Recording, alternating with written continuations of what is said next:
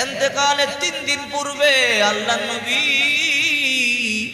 আব্দুল্লাহ ইবনে আব্বাস রাদিয়াল্লাহু তাআলা আনহুকে বললেন, রে আব্দুল্লাহ ইবনে আব্বাস, যাও যাও মদিনার ঘরে ঘরে এলান করে দাও, আমি আজকে মসজিদের মধ্যে যাব, সাহাবায়ে কেরামদের সাথে জিন্দেগির শেষ ভাষণ দিব। জানি না কোন দিন জানি আমার ইন্তেকাল হয়ে যায়, আমি আমার রবের ডাকে কোন দিন জানি সারা দিয়ে চলে যাই, বলতে পারি না। আমার মন বলতেছে অতি দ্রুত আমি আমার রবের ডাকে সারা দিয়ে চলে যাব। রে আব্দুল্লাহ ইবনে আব্বাস, মদিনার প্রত্যেকটা ঘরে ঘরে এলান করে দাও। আব্দুল্লাহ ইবনে আব্বাস রাদিয়াল্লাহু তাআলা আনহু মদিনার গলিতে গলিতে এলান করে দেয়, তোমরা কারা গো, তাড়াতাড়ি তোমরা মসজিদের মধ্যে যাও।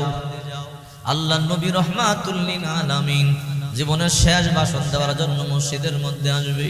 আল্লাহর পয়গম্বর কোন দিন জানি আল্লাহর ডাকে সারা দিয়ে চলে যায়, বলতে পারি না। এই সংবাদটা শুনবার সাথে সাথে গোটা মদিনার মধ্যে কান্নার রোল পড়ে যায়। সাহাবীরা দৌড়াইয়া মসজিদের মধ্যে চলে আসে। আহারে, রাহমাতুল লিল আলামিন জিন্দেগির শেষ ভাষণ দেওয়ার জন্য মসজিদে আসবে। এমনি 15 দিন পর্যন্ত পয়গম্বর মসজিদের মধ্যে যায় না। দুইজন সাহাবীর কাঁধে বড় করে করে আব্দুল্লাহ ইবনে আব্বাস রাদিয়াল্লাহু তাআলা আনহুর কাঁধের মধ্যে এক হাত দিলেন, আলী রাদিয়াল্লাহু তাআলা আনহুর কাঁধের মধ্যে এক হাত দিলেন। দুইজন সাহাবীর কাঁধের মধ্যে 2 হাত দিয়া রাহমাতুল লিল আলামিন হাঁটি হাঁটি পা পা করে মসজিদের মধ্যে গেলেন। ওটা মসজিদের মধ্যে সাহাবায়ে কেরামে ভরা। আল্লাহর নবী রাহমাতুল লিল আলামিন সাহাবায়ে কেরামদেরকে লক্ষ্য করে বলল, সাহাবীরা রে, আমি কোন দিন জানি আমার রবের ডাকে সারা দিয়ে চলে যাই, বলতে পারি না। রে সাহাবীরা, আমার মন বলতেছে অতি দ্রুত আমি আমার রবের ডাকে সারা দিয়ে চলে যাব। রে সাহাবীরা, আমি জানি তোমরা আমাকে বড় ভালোবাসো, আর আমিও তোমাদেরকে বড় ভালোবাসি।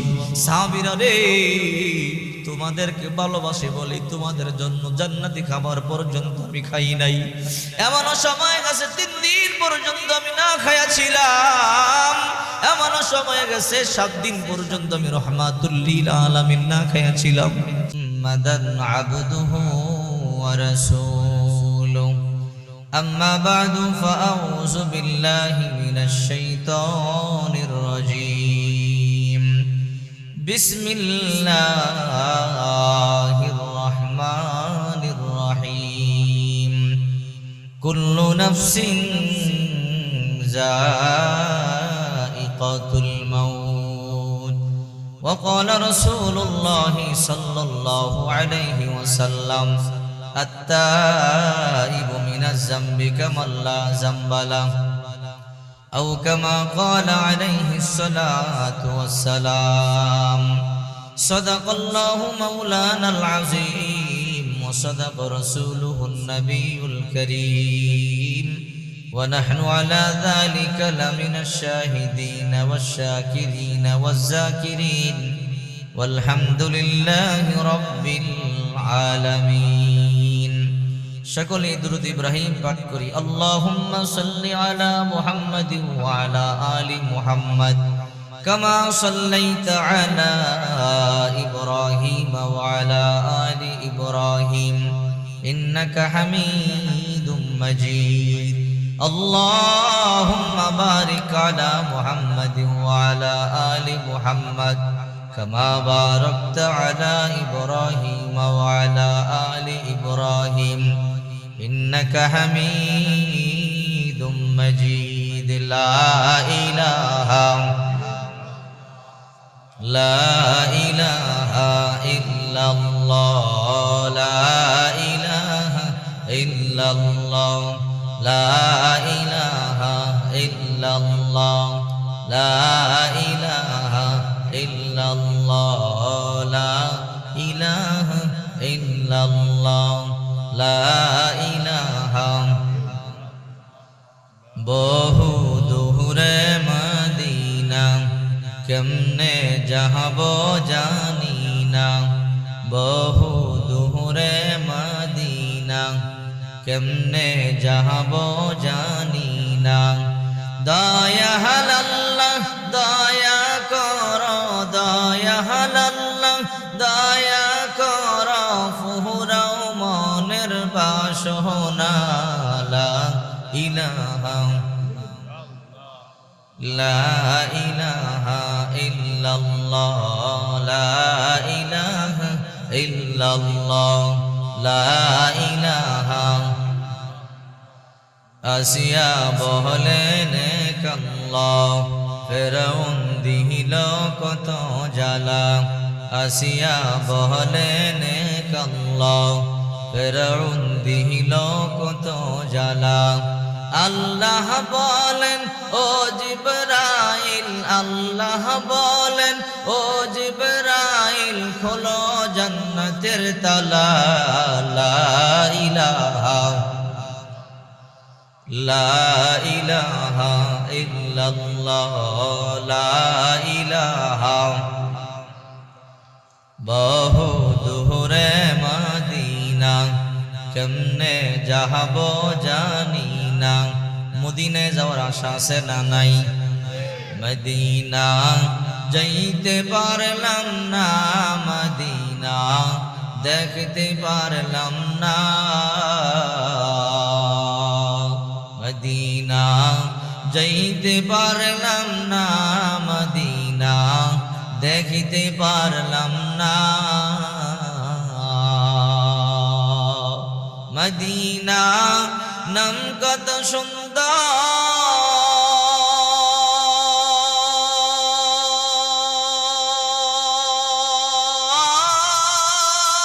সুন্দর মদিনা কিরেছে অন্তঃর ওই মদিনার পথের দুলি আমি ওই মদিনার পথের দুলি আমি মাখতে পারলাম না মদিনা যাইতে পারলাম না মদিনা দেখিতে পারলাম না মদিনা নাম কত মধু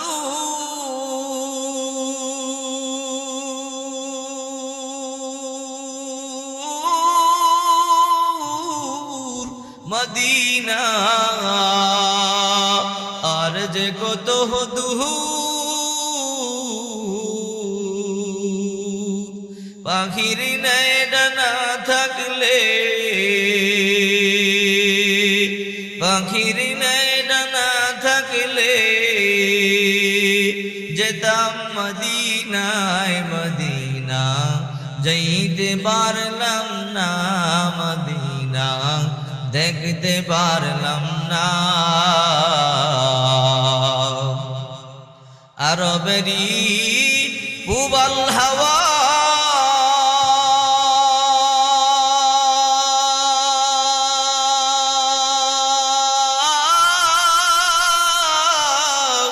পশ্চিমে করেছ দাওয়া আরবেরি পুবাল হাওয়া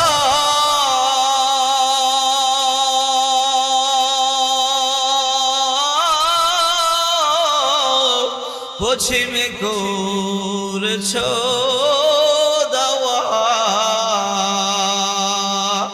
এই গরিবের দুঃখী সালাম এই গরিবের দুঃখী সালাম পৌঁছে দিও মদিনায় মদিনা যাইতে পারলাম না মদিনা দেখতে পারলাম না মদিনা যাইতে পারলাম না মদিনা দেখতে পারলাম না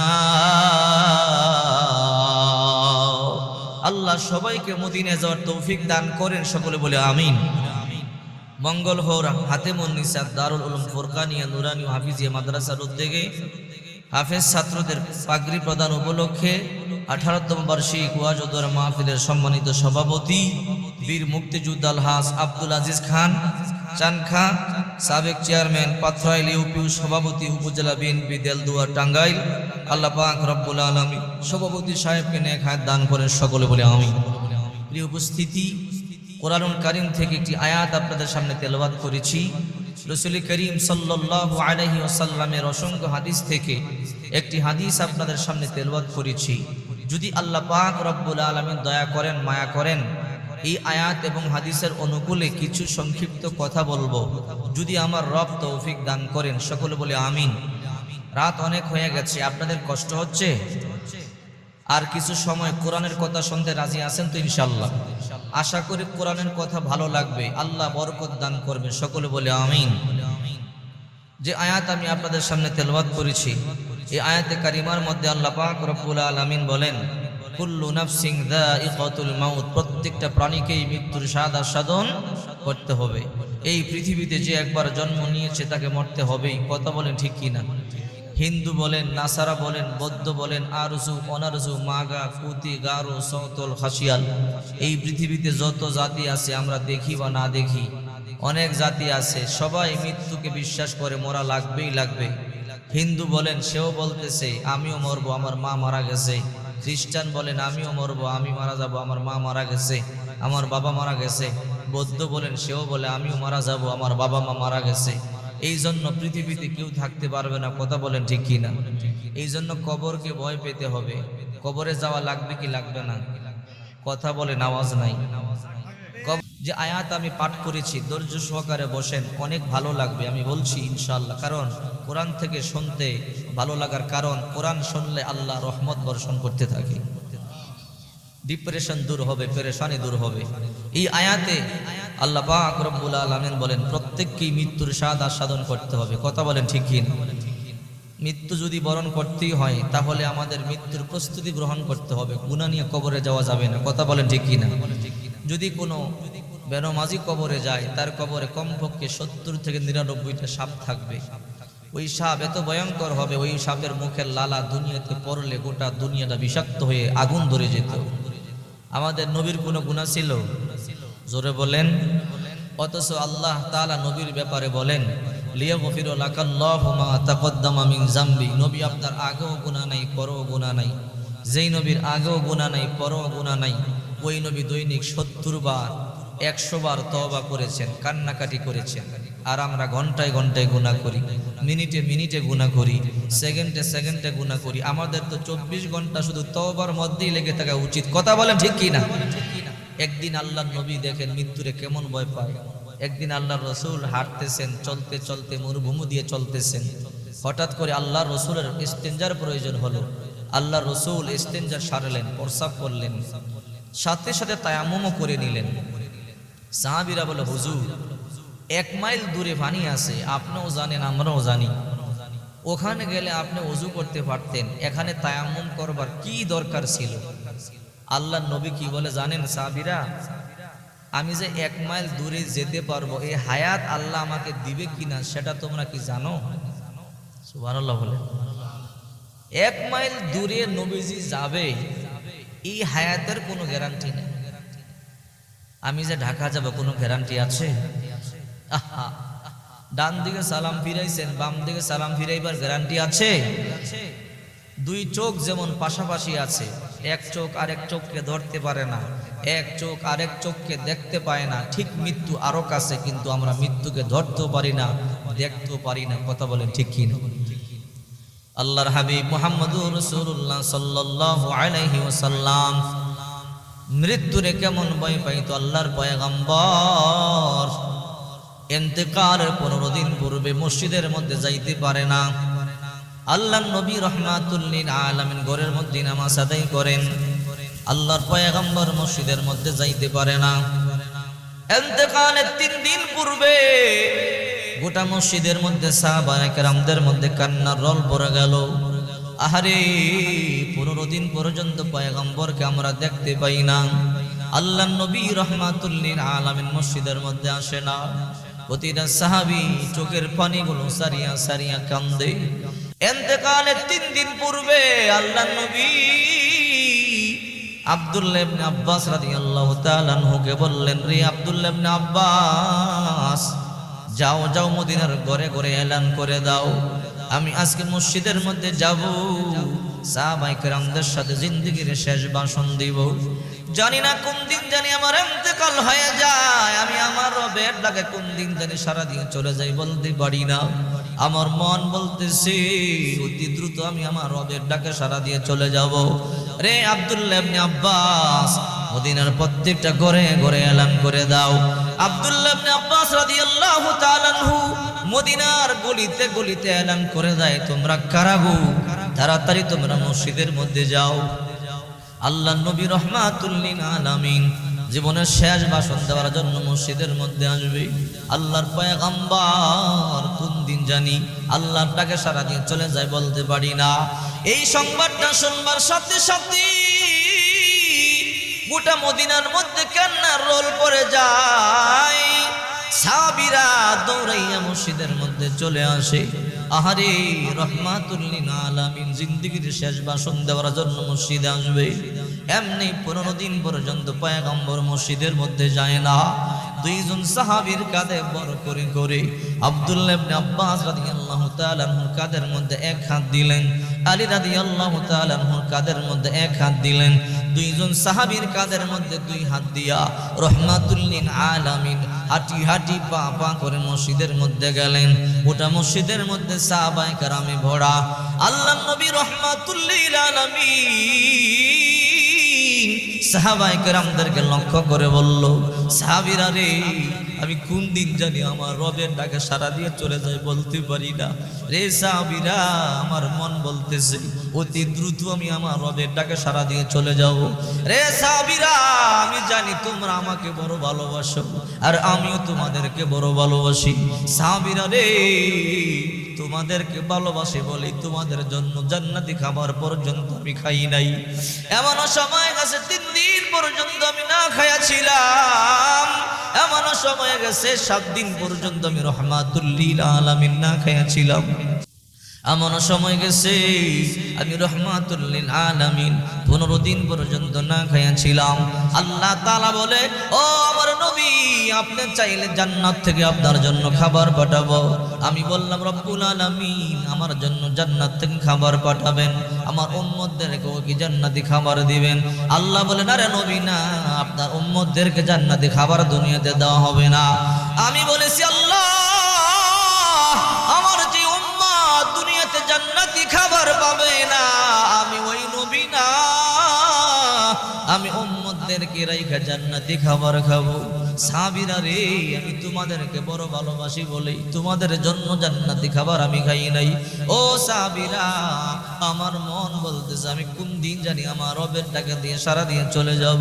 সাহাবীরা রে, তোমরা যদি আমার কাছে কেউ কোনো কিছু পাও আদায় করে নাও, কিয়ামতের ময়দানে আল্লাহর কাঠগড়ায় আমারে দাঁড় করাইবা না। সাহাবীরা, যদি তোমরা আমার কাছে কোনো কিছু পাও আদায় করে নাও, কিয়ামতের ময়দানে আল্লাহর কাঠগড়ায় আমারে দাঁড় করাইবা না।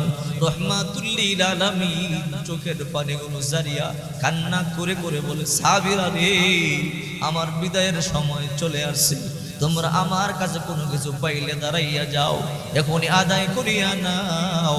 কিয়ামতের ময়দানে আল্লাহর কাঠগড়ায় আমারে দাঁড় করাইবা না। কোন সাহাবী দাঁড়ায় না। আল্লাহর নবী কথাটা বারবার রিপিট করতেছিল, সাহাবীরা, যদি তোমরা কেউ আমার কাছে কোনো কিছু পাও আদায় করে নাও, কিয়ামতের ময়দানে আল্লাহর কাঠগড়ায় আমারে দাঁড় করাইবা না।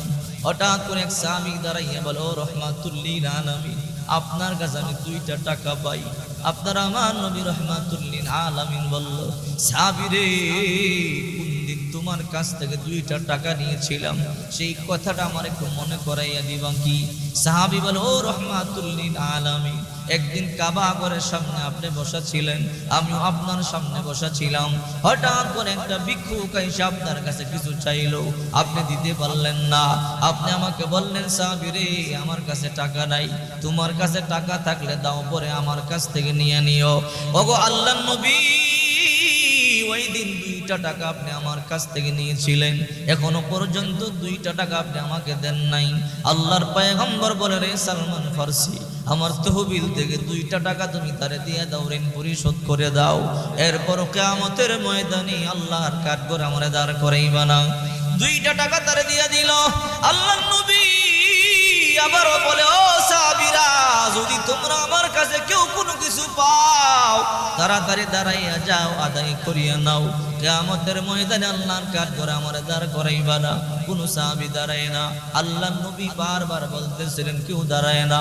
হঠাৎ করে রাহমাতুল লিল আলামিন চোখের পানি সারিয়া কান্না করে বলে, সাহাবীরা রে, আমার মন বলতেছে বেশি দিন তোমাদের মাঝে আমি থাকবো না। রে সাহাবীরা, যদি তোমরা কিছু পাও বলো, দাঁড়াইয়া যাও, কিয়ামতের ময়দানে আমার তোমরা বেয়াদবি করবা না। এই কথা বলতে দেরি একজন সাহাবী দাঁড়াইয়া গেল। দাঁড়াইয়া বলো, ও রাহমাতুল লিল আলামিন, আপনার সাথে আমার একটা লেনদেন বাকি আছে। আল্লাহর পয়গম্বর বলে, সাহাবী তোমার সাথে আমার কি লেনদেন বলো। ও রাহমাতুল লিল আলামিন, আপনি আমার পিঠের মধ্যে কয়েকটা চাবুক দিয়ে আঘাত করেছিলেন। নবী গো, হিসাব বরাবর করতে হলে ওই পরিমাণ আঘাত আপনার পিঠের মধ্যে করা লাগে। এই কথাটা শুনতে দেরি গোটা মদিনার মধ্যে কান্নার রোল পড়ে যায়। প্রতিটা সাহাবী চোখের পানিগুলো সারিয়ে সারিয়ে কান্দে। কেমন সাহাবী, আল্লাহর পয়গম্বর পিঠের মধ্যে চাবুক দিয়ে আঘাত করা লাগে, করতে হয়। আল্লাহর পয়গম্বর বলে, সাহাবী রে, কোন দিন তোমার পিঠে আমি আঘাত করেছি একটু মনে করাইয়া দিবা কি? ওই সাহাবী বলে, ও রাহমাতুল লিল আলামিন, একদিন যুদ্ধের ময়দানে আপনি যে ঘোড়ার পৃষ্ঠে ছিলেন, আমি ওই ঘোড়ার পিছনে ছিলাম আপনার পিছনে। আপনি ঘোড়া হাঁকাইবার জন্য চাবুক দিয়ে আঘাত করতেছিলেন, আর এই বাড়িগুলো আমার পিঠের মধ্যে লাগতেছিল। ওগো রাহমাতুল লিল আলামিন, হিসাব বরাবর করতে হলে ওই পরিমাণ আঘাত আপনার পিঠের মধ্যে করা লাগে। সাহাবায়ে কেরাম চোখের পানিগুলো সারিয়া কান্দে। হযরত আবু বকর পিঠটা বাতিয়া দিয়া বলে, রে নবীর সাহাবী উকাশা, যত আঘাত লাগে আমি আবু বকরের পিঠের মধ্যে কর, আল্লাহর পয়গম্বরের পিঠের মধ্যে আঘাত করবি না। আল্লাহর পয়গম্বর সহ্য করতে পারবে না। হযরত ওমর রাদিয়াল্লাহু তাআলা পিঠটা বাতিয়া দিল। রে নবীর সাহাবী উকাশা, যত আঘাত লাগে আমাদের পিঠে কর, আমার পিঠে কর। আল্লাহর পয়গম্বরের পিঠের মধ্যে আঘাত করলে পয়গম্বর সহ্য করতে পারবে না। গোটা মসজিদের মধ্যে কান্নার রোল, গোটা মদিনার মধ্যে কান্নার রোল। প্রতিটা সাহাবী চোখের পানিগুলো সারিয়ে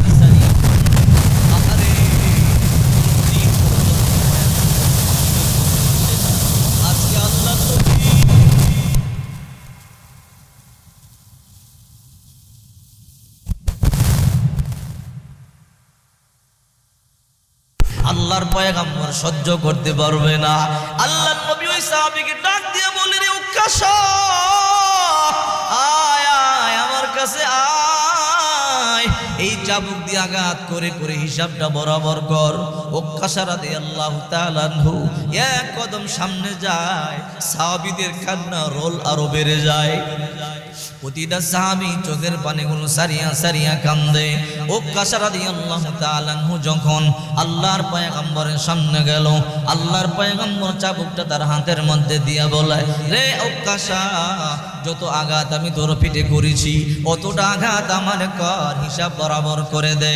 উকাশা রাদিয়াল্লাহু তাআলা আনহু চাবুকটা হাতের মধ্যে নিয়ে বলো, গো নবী, এই চাবুক দিয়ে আঘাত করলে হিসাব বরাবর হবে না। যে চাবুক দিয়ে আপনি আমার পিঠে আঘাত করেছেন ওই চাবুক লাগবে। আহারে, এই কথা শুনবার পরে গোটা মসজিদের মধ্যে কান্নার রোল আরো বেড়ে গেল। আহারে, কেমন সাহাবী আল্লাহর পয়গম্বর পিঠের মধ্যে আঘাত করতে চায়। আল্লাহর পয়গম্বর সালমান ফারসি রাদিয়াল্লাহু তাআলা আনহুকে ডাক দিয়ে বলে, সালমান ফারসি, আমার চাবুকটা আমার কন্যা ফাতেমার কাছে জমা দিয়েছি। যারে সালমান ফারসি, যা আমার কন্যা ফাতেমার কাছ থেকে চাবুকটা গিয়ে নিয়ে আয়। সালমান ফারসি রাদিয়াল্লাহু তাআলা আনহু দৌড়ে ফাতেমার বাড়িতে চলে গেল। ফাতেমার বাড়িতে গিয়ে বলো, ও ফাতেমা, দরজা খুলো, কে? আমি আল্লাহর পয়গম্বরের সাহাবী সালমান ফারসি। ও সালমান ফারসি ভাই, আপনি আমার বাড়িতে এখন কেন আসলেন? ফাতেমা রে, আল্লাহর পয়গম্বর নাকি তার চাবুকটা তোমার কাছে জমা রাখছে বলে। হা রে ফাতেমা, আল্লাহর নবী চাবুকটা চাইছে, আল্লাহর পয়গম্বরের চাবুকটা দাও। এই চাবুকটা নেওয়ার জন্য আমি আসলাম। ফাতেমা শুনবার পরে বলে, ও সালমান ফারসি ভাই, আমার আব্বা অসুস্থ, আমার আব্বা চাবুক দিয়ে কি করবে, আমার আব্বা একা একা তো চলতেই পারে না। দুইজন সাহাবীর পরে কাঁধে ভর করে করে আমার আব্বাজান মসজিদের মধ্যে আসলো। আমার আব্বাজান তো 15 দিন পর্যন্ত মসজিদের মধ্যে আসতে পারে না। আমার